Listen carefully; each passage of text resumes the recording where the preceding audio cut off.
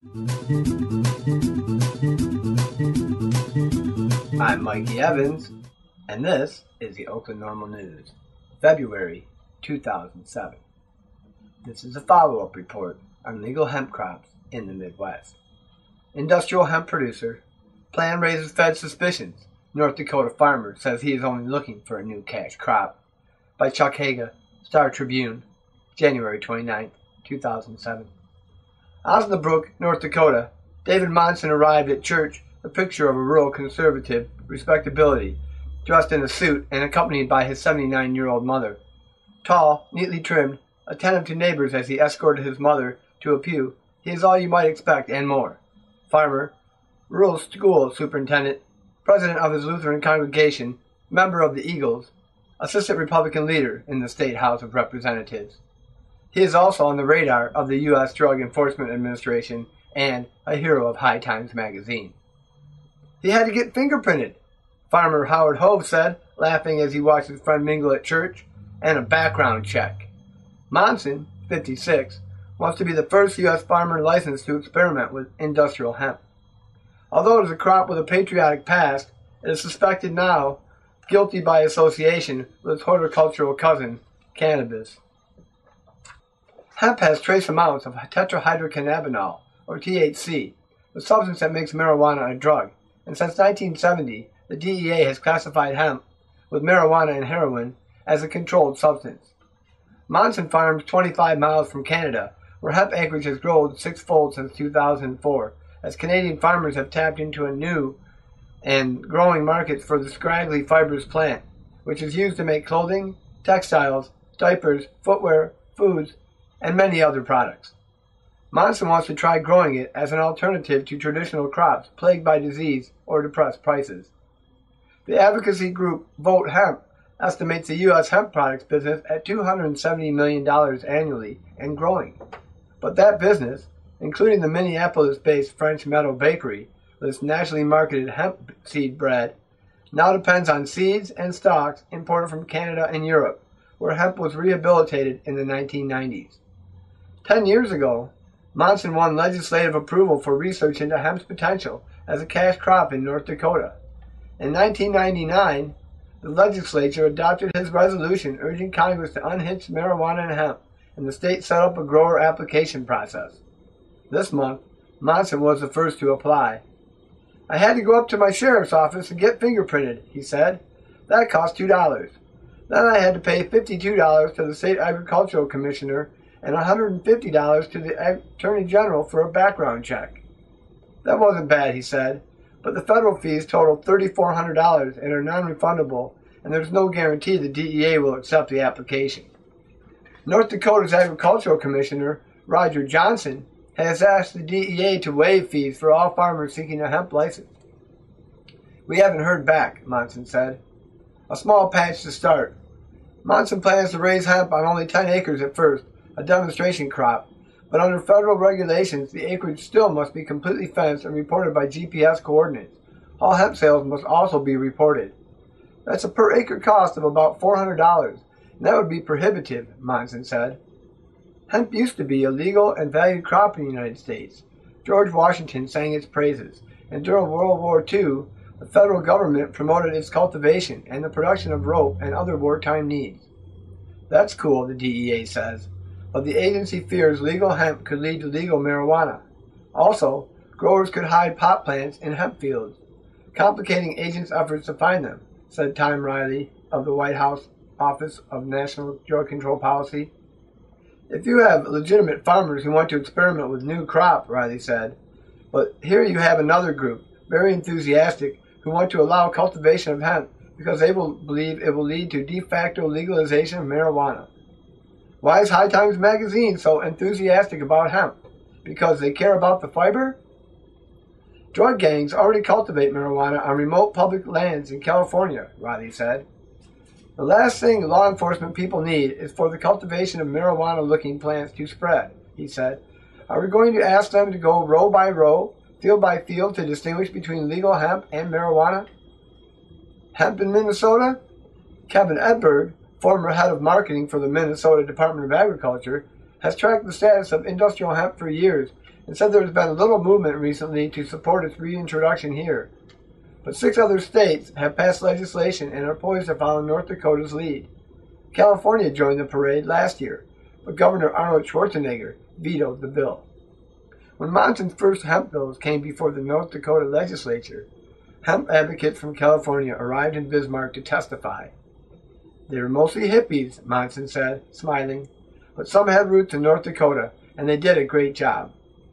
He endured teasing. Was his farm going to pot? How was his weed control? But his neighbors and legislative colleagues understand that hemp could help save the farms, he said, and that could sustain towns, schools, mainstream shops, and churches. In '93, we started having trouble with scab in our wheat and barley, and it devastated us, Monson said. Besides giving us another crop, this could mean new industry and jobs. Rope, not dope. Jerry Lykin, handing out church bulletins last week, said he would consider adding hemp to his wheat, canola, and corn. I usually try all the new crops, he said. So might Hove, although it's kind of spendy to get into it with the fees and all, he said. James Robertson is skeptical too. I've seen them harvest hemp in Canada, the Osnabrück farmer said. I've seen how tall it grows, up to 8 or 9 feet, and how lush it grows, making it a challenge to harvest. I think I'll let someone else try it first. That could be his friend Monson, who probably hasn't heard the last joke. If it looks like marijuana, Dave might come home one night and find an acre missing, Robertson said, laughing. Fence or no fence. Lawmaker hopes 3rd time's the charm for hemp, by Alicia P.Q. Whitmire, Associated Press writer. Boise, Idaho. State Rep Tom Trail is stoked about industrial hemp, but other lawmakers keep killing his buzz about turning the plant, cousin of marijuana, into an agricultural commodity. Trail, a Republican from Moscow, is preparing to ask state lawmakers for the 3rd time in 8 years to support a resolution that would ask the U.S. Congress to legalize hemp as a farm crop. His proposal was killed in committee in 2000 and died on the House floor in 2003. But the moderate conservative has high hopes. This year, his proposal comes on the heels of newly issued rules in North Dakota that regulate hemp farming in that state. North Dakota is no hippie state, Trail said, and in fact, the first person to apply for a hemp farming license under those rules was none other than North Dakota's Assistant House Majority Leader. Trail believes that could give his proposal the momentum it needs to pass. North Dakota's regulations require hemp farmers to be fingerprinted and to register the locations of their hemp fields. If those are effective, Trail said, he plans to introduce a bill to legalize hemp farming in Idaho. North Dakota is one of 7 U.S. states that have authorized industrial hemp farming. The others are Hawaii, Kentucky, Maine, Maryland, Montana, and West Virginia, according to Vote Hemp, an industrial hemp advocacy organization based in Bedford, Massachusetts. I'm a bit more optimistic, Trail said. About 2 weeks ago, I wasn't going to do anything until this news came out. Some of the proposal's past opponents aren't so reassured. Hemp is a member of the cannabis family, the same genus that contains its more potent cousin, marijuana, but without marijuana's intoxicating properties. The sturdy, fibrous plant is used to make the products ranging from paper and rope to lotions and carpet backing. But Representative Dennis Lake, Republican from Blackfoot, said the 2 plants are difficult to tell apart, and legalizing hemp farming would make it easier to sneak marijuana farms past law enforcement. It is presently illegal to grow in the United States, and obviously I won't be supporting it. Lake said, I think this is just a roundabout way to legalize the growing of marijuana. But Trail said Idaho farmers could make millions off the hardy plant, which is grown legally in Canada and Europe, and anyone hoping for a legal high will be disappointed, he said. To get a kick out of smoking industrial hemp, it would take a cigar the size of a telephone pole. Flint pot vote, mostly symbolic. The Flint Journal, 1st edition, by Marjorie Raymer. The 3 days Charles Snyder III spent in jail after being accused of a laundry list of drug crimes strengthened his resolve to seek legalization of marijuana for medical use. Snyder, 29, of Flint, is one of the driving forces behind an initiative that would change Flint ordinances to allow possession and use of marijuana with doctor's approval, theoretically at least. The issue goes before Flint residents in the February 27th election, but the vote is largely symbolic because pot usage, recreational and medicinal, would be still illegal under both state and federal laws, and they trump local ordinances. Opponents say a city already battling a crime problem dominated by drugs shouldn't legalize marijuana use, even under special circumstances. City Council President Darrell Buchanan said he can't speak from a medical standpoint, but he opposes the initiative and believes it could send a wrong message about drug use to children. "I don't condone any drug use. I will not be voting for it," Buchanan said. "We already have our hands full combating drugs and crime in Flint." Supporters claim marijuana helps treat nausea, pain, and other symptoms, as many as 200 diseases. They say it's important to offer as much protection as possible to prevent seriously ill patients from going to jail for smoking pot. Snyder said the 3 days he spent in jail before being able to post bond were a wake-up call to continue pushing for such a measure. He was busted in August 2005 after a raid on his house, where he was growing 12 marijuana plants. He originally was charged with 6 drug offenses, including maintaining a drug house. All were eventually dropped except manufacture of marijuana, for which he paid a $500 fine. Snyder said he had been smoking marijuana to self-medicate for nail patella syndrome, a genetic disorder that causes pain in his joints. He said he now takes OxyContin, a powerful pain reliever known for its addictive qualities, 3 times a day through a doctor's prescription, but says that marijuana worked better. The ballot proposal would allow individuals and their caregivers to be in possession of marijuana and paraphernalia if they have written proof they use it under a doctor's supervision.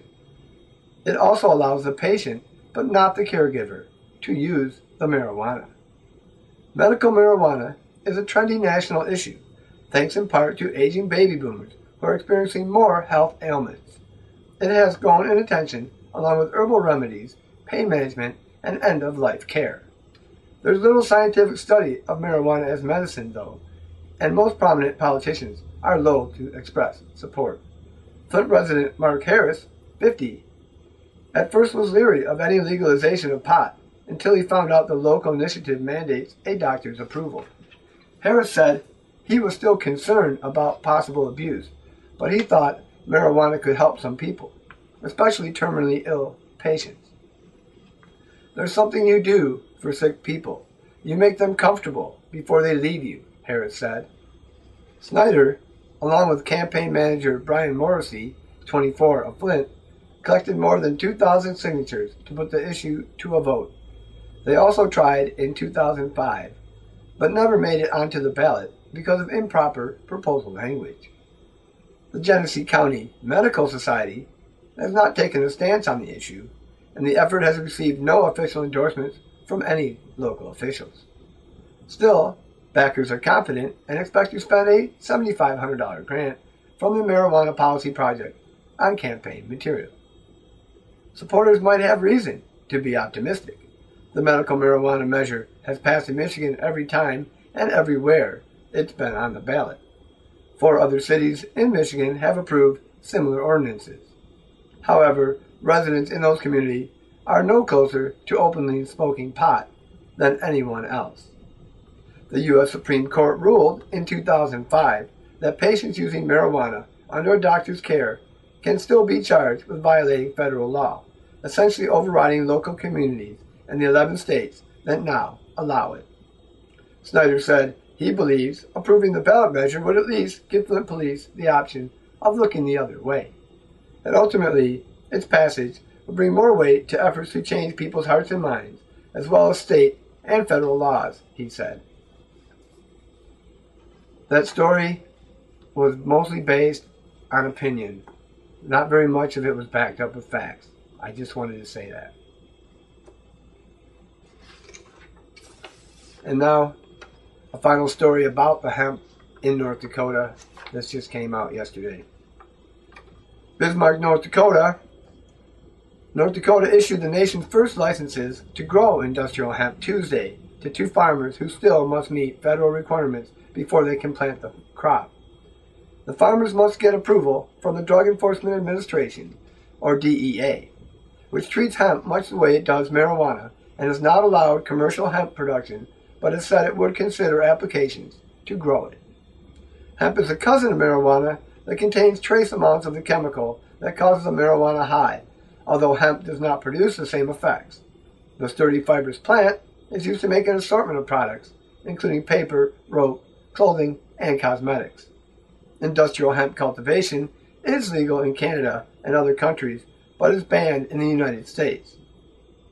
Law enforcement officials worry that industrial hemp may shield the growing of marijuana, although hemp supporters, knowing the plants look totally different, say that fear is unfounded.